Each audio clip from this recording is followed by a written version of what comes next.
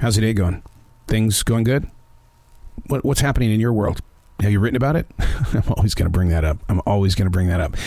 Oh my God, it is going to be a very busy day inside this studio today. I mean, everything is planned out and it's ready to be played out. The focus is set on the physical performance. But I got to be honest with you, I'm no different than anybody else. I want to go outside and I want to play, to run like a wild child, to feed the heart and the imagination. In fact, the one thing that I learned about the COVID-19 lockdown was how important it is to be very active in your life, to give yourself play time. And I'm horribly guilty of getting too much of my job inside my heart, staying inside and forgetting that the mind needs some Mother Nature.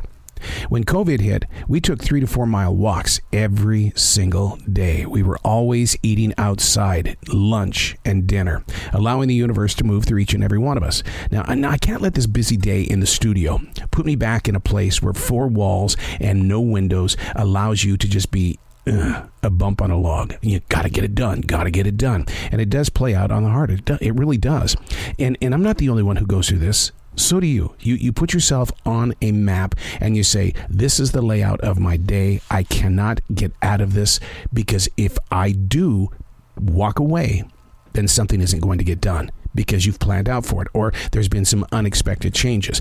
And that is the big challenge, is that how are you going to prepare for the unexpected hit if you didn't do the job you needed to do? Hey, it's Arrow. This is The Daily Mess, a chronological walk through an everyday world. I am a daily writer.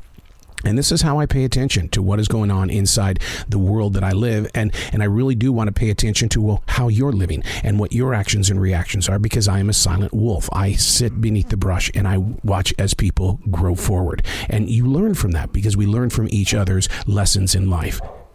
This is The Daily Mess. There's no such thing as trying to catch up with sleep. I mean, sleeping longer might be a sign of tiredness or depression, but it's not connected to gaining access to evening up what we have lost due to our addiction to always move.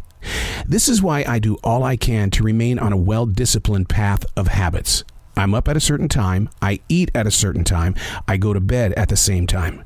And if I break free from that pattern, there's a huge chance I'm going to miss out on some sleep. As a child, I would stay in bed until 11 a.m., which today, that would just totally destroy me because I've wasted half my day sleeping. I don't want to do that. So that's why I've always believed that sleeping is a collaboration. It is a personal partnership that builds up the ability to have the required strength to move through the unwritten expectations that I was just talking about. What I can't do, though, is that I can't take one of these midday naps. Because if I get into that habit, what I do in the daytime, all of a sudden it's like, wait. I have to jump off this course that I'm on, this Google Calendar moment, because it's nap time for me.